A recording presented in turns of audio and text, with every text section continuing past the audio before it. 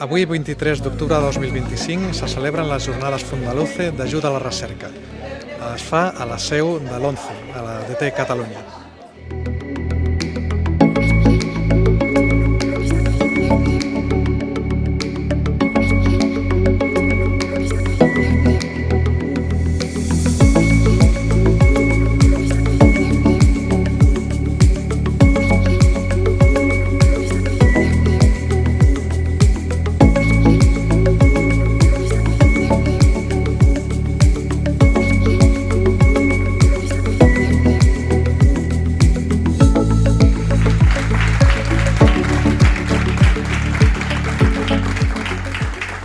Des de Retina Catalunya parlem amb David Sánchez, president de FARPE. Bona tarda. Bona tarda.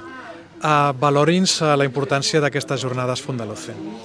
Bueno, primer de tot, donar les gràcies a Retina Catalunya per acollir-nos aquí i pel treball desenvolupat per tota la Junta i en especial per la Marina i l'Alfons. Fer aquest tipus de jornades és molt important perquè som capaços d'estar junts investigadors, oftalmòlegs, pacients, familiars, i entre tots parlar del que ens interessa, no? De com està la investigació, de com estan els assajos clínics i saber l'últim de l'últim, no? I això crec que és el més important. Penso que més enllà del que es fa quan les taules estan parlant, és molt important quan s'està prenent el cafè, tota aquesta relació que es produeix, i jo des d'aquí el que animaria és a tota la gent de Retina Catalunya que avui malauradament s'ha quedat a casa, que en les properes jornades que feu, que vinguin i que gaudeixin de tot això que s'està fent aquí. Durant les jornades s'ha parlat de la importància d'estar connectats amb les associacions, perquè les associacions també estan connectades amb els centres, amb els hospitals, amb les persones de referència dintre d'aquest àmbit, i que important és que tot això, diguéssim, tothom estigui implicat. Home, és molt important, és a dir, formar part d'una associació no és només associar-se i pagar la quota, no? És també interessar-se i participar. En aquest sentit, les associacions i les jornades que fan les associacions, Retina Catalunya, FARPE, etc., són molt importants perquè fan això, posen de relleu lo important que és estar ben informats i les possibilitats que tenim a hores d'ara, no? Que són moltes i que fan que, bueno, veiem que la investigació, i tot i que pensem que va molt a poc, doncs evoluciona i hem d'estar preparats. Hem d'estar preparats, Xavi, pel que pugui vindre dintre de molt poc. O sigui que animar tothom a que bueno, participi de la vostra associació, que participi de FARPE i que gaudeixi de tot això que s'està fent. Doncs moltes gràcies a David Sánchez. Des de Retina Catalunya parlem amb Marina Ruiz, vicepresidenta de l'associació Retina Catalunya. Bona tarda, Marina. Hola, bona tarda a tothom. Avui que s'han fet les jornades Fundaluce d'ajuda a la recerca, explica una mica com poden ajudar els pacients en tot aquest procés. Doncs mira, al final tots sabem que la recerca és molt important i és el futur per poder buscar una cura a les nostres malalties. Nosaltres com a pacients, evidentment, ens hem d'implicar, però també hem de reivindicar el nostre paper com a protagonistes. Al final, l'investigador ha de tenir molt clar que està treballant per persones reals, que existim, no? I aquestes jornades ens donen aquesta oportunitat, on coincidim, doncs això, pacients, amb metges, investigadors, amb associacions, i bueno, és una oportunitat perquè ells també agafin consciència de per què i per qui estan treballant.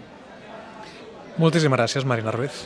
A vosotras. Desde Retina Catalunya hablamos con la doctora María Llorián. Buenas tardes. Buenas tardes, Xavi. Valórenos hoy se entregan las ayudas a la investigación de las jornadas Fundaluce y es la ganadora.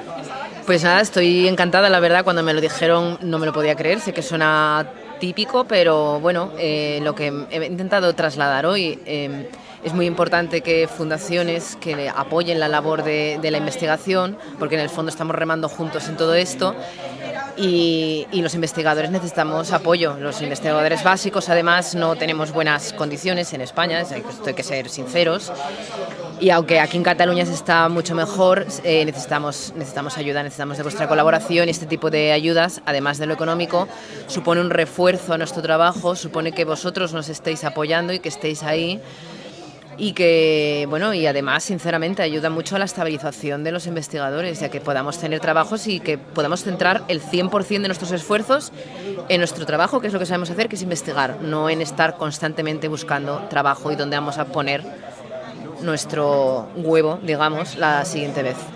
Sí, yo quiero subrayar este punto, es decir, explique un poco el día a día suyo, es decir, tenemos la idea del investigador como alguien que llega a un entorno en el que puede trabajar y a partir de ahí, ¿no?, dedica sus horas. Ojalá.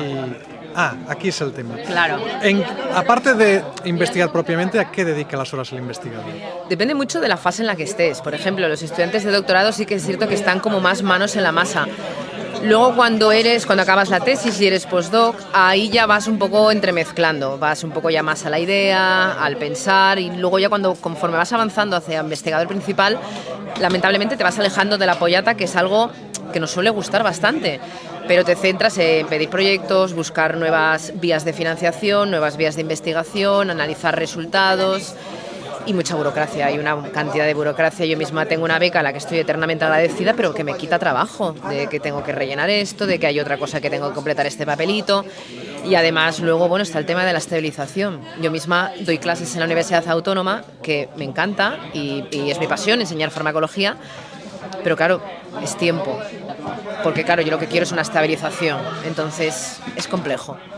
Pero bueno, es un trabajo muy agradecido y es muy gratificante. A pesar de que estamos constantemente dando resultados negativos, es muy, muy gratificante, y actos como esto no hace más que reafirmar lo gratificante que es. Pues muchísimas gracias a la doctora María Llorian. Muchísimas gracias a ti.